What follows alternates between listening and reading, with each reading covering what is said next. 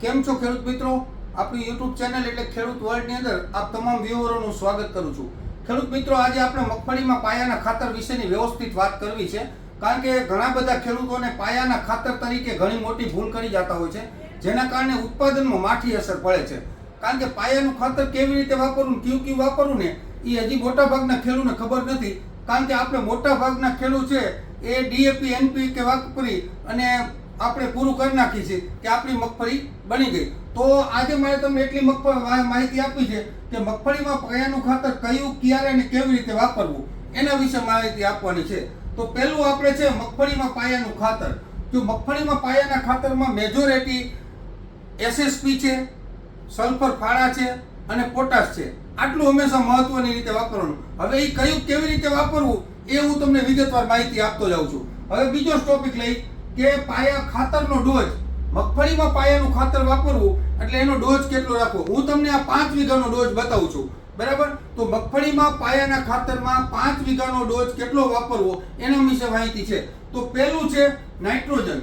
તો નાઇટ્રોજન છે એ હંમેશા તમારે 12.5 કિલો વાપરવાનું છે. યુનિવર્સિટીની ભલામણ છે કે 12.5 કિલો મગફળીની અંદર નાઇટ્રોજન વાપરવું, જે આપણે NPKમાં અને DAP બંનેમાં નાઇટ્રોજન આવી જતું હોય છે. એટલે પહેલા એક નાઇટ્રોજન, પછી ફોસ્ફરસ છે એ 25 કિલો વાપરવાનું છે, અને એની સાથે 40 કિલો છે એ પોટાશ વાપરવાનું છે. અને જો મિત્રો, આમાં ઘણા બધા ખેડૂતો ભૂલ ખાઈ જતા હોય છે, કારણ કે જમીનની અંદર પોષક તત્વોની ખામીના કારણે મગફળીના ઉત્પાદનમાં એ બહુ માઠી અસર કરે છે. એટલે એની સાથે એક નાઇટ્રોજન આવી ગયું, ફોસ્ફરસ આવી ગયું, પોટાશ આવી ગયું, અને એની સાથે ફાળા સલ્ફર છે એ ફરજિયાત વીઘે 4 કિલો વાપરવાના.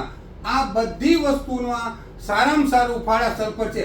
આ બધા ખાતરનું રિઝલ્ટ એ ખાલી સલ્ફર ઉપર આધારિત છે. ફાળા સલ્ફર વાપરો કે 90% બેન્ટોનેટ સલ્ફર આવે છે એ પણ તમે વાપરી શકો છો. હવે તમને ખેડૂતો યાદ રહી ગયો હશે કે ખાતરનો ડોઝ 12.5% નાઇટ્રોજન, પછી 25% phosphorus, 25 kilo phosphorus, 40 kilo potash અને 4 કિલો ફાળા સલ્ફર. આ 4 કિલો છે એ વીઘાનો ડોઝ છે. હવે તમને 5 વીઘામાં કરવું તો 20 કિલો ફાળા સલ્ફર વાપરવાનું થશે. 20 કિલોગ્રામ ફાળા સલ્ફર વાપરવાનું થશે. હવે આટલું ખાતર તૈયાર કરવાનું. હવે ખાતર નાખવાનો સમય, ઘણા બધા ખેડૂતોની એવી મોટા ભાગની ભૂલ કરતા હોય છે કે ખાતર નાખવાનો સમય છે ને એ મોટા ભાગના ખેડૂતો ડિસ્ટર્બ કરી નાખે છે કે ખાતર ક્યારે નાખવું. તો આ ખાતર નાખવાનો સમય છે, ઘણા બધા ખેડૂતોને મેં જોયેલા છે કે ખાતર નાખતા હોય છે, મહિનાથી અગાઉ ખાતર નાખી આ બધું ખાતર રાખી અને મૂકી દઈએ.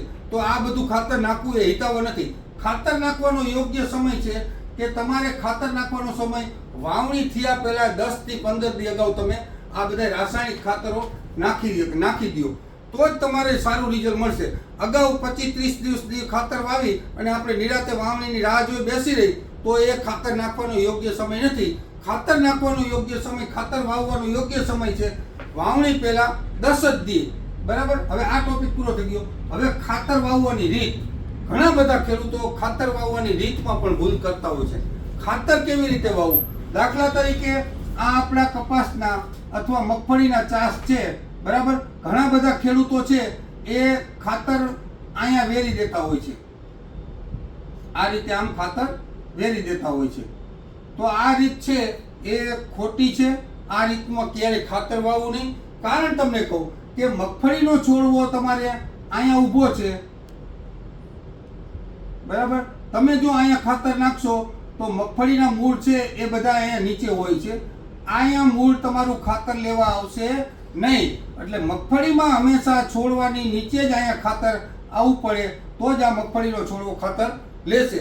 જો તમે ઉપર નાખ્યું તો મગફળીને કાંઈ જરૂર નથી ખાતરની. એ તો એને જેટલું પોષક મળશે એટલું ઉત્પાદન આપી દેશે, એટલે તમારું યોગ્ય ઉત્પાદન આવશે નહીં. એટલે ખાતર હંમેશા 10 દી પહેલા જ્યારે વાવો ત્યારે મગફળી જેમાં વાવવાની છે એ ચાસમાં જ મેં તમને કીધું એ રીતે તમારે ડોઝ કરી અને ખાતર વાપરવાનું છે.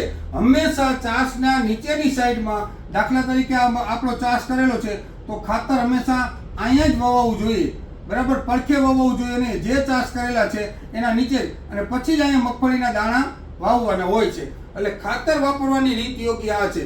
આ ઉપરાંત મગફળીમાં કયું ખાતર નાખવું એ આપણે વાત કરી દીધી. આ ઉપરાંત જો તમારે સારું ઉત્પાદન લેવું હોય તો મગફળીના મેં તમને જે આ 4 ખાતર બતાવ્યા એની સાથે દિવેલીનો ખોળ છે, કરંજનો ખોળ છે, લીંબોળીનો ખોળ છે, અને એક નવો કોન્સેપ્ટ અપનાવેલો છે આપણે મગફળીમાં કે આ બધું ખાતર વાવી દીધું અને જ્યારે વાતાવરણ ઠંડુ થાય, મગફળી વાવવાનો સમય આવે ત્યારે 1 વીઘાની અંદર 5 કિલો ગોળનું દ્રાવણ બનાવી અને આ ચાસ આમ કરેલા હોય, આ ચાસની વચ્ચોવચ્ચ ગોળનું દ્રાવણ છે એ નાખી દેવું, જેના કારણે મગફળીને પ્રોટીન, આયર્ન, કેલ્શિયમ, મેગ્નેશિયમ પુષ્કળ પ્રમાણમાં પ્રોટીન આ મળી રહેશે. એટલે આ પણ વસ્તુ વાપરવી પડે.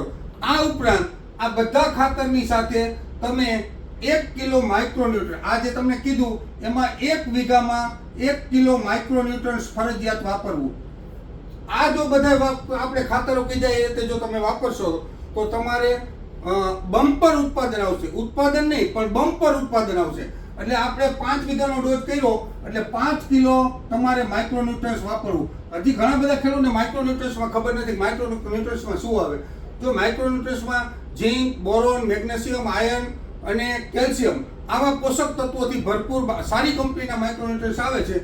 એને તમારે 5 વીઘે 5 કિલો માઇક્રોન્યુટ્રન્ટ્સ વાપરવું ફરજિયાત છે. જો તમે આ રીતે વ્યવસ્થિત આપણે ચાર્ટ બનાવ્યો એ રીતે જો તમે મગફળીનું વાવેતર કરશો અને એટલા એવી રીતે ખાતર નાખશો, એવી રીતે ખાતર વાપરશો તો મગફળીનું ઉત્પાદન છે એ બમ્પર ઉત્પાદન આવશે.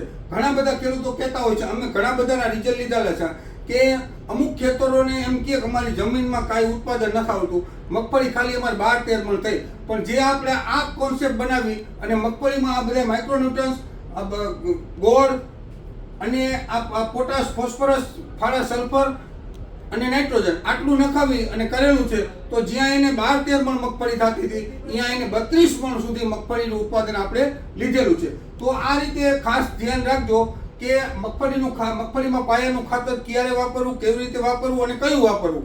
તો આ બધો મેં તમને કોન્સેપ્ટ બતાવ્યો છે. આપણો આ વિડીયો જોઈ અને બીજા ખેડૂત ગ્રુપ સુધી પહોંચાડજો, જેથી આપણા ખેડૂતને માહિતી મળી રહે કે મગફળીનું ખાતર ક્યારે વાપરવું, કેમ વાપરવું અને કયું વાપરવું. અને બીજા ગ્રુપ સુધી આપણા યુટ્યુબ ચેનલને પહોંચાડજો. આપણી યુટ્યુબ ચેનલ ખેડૂત વર્લ્ડને સબસ્ક્રાઇબ કરી, લાઇક કરી અને આગળ વધારજો. ધન્યવાદ.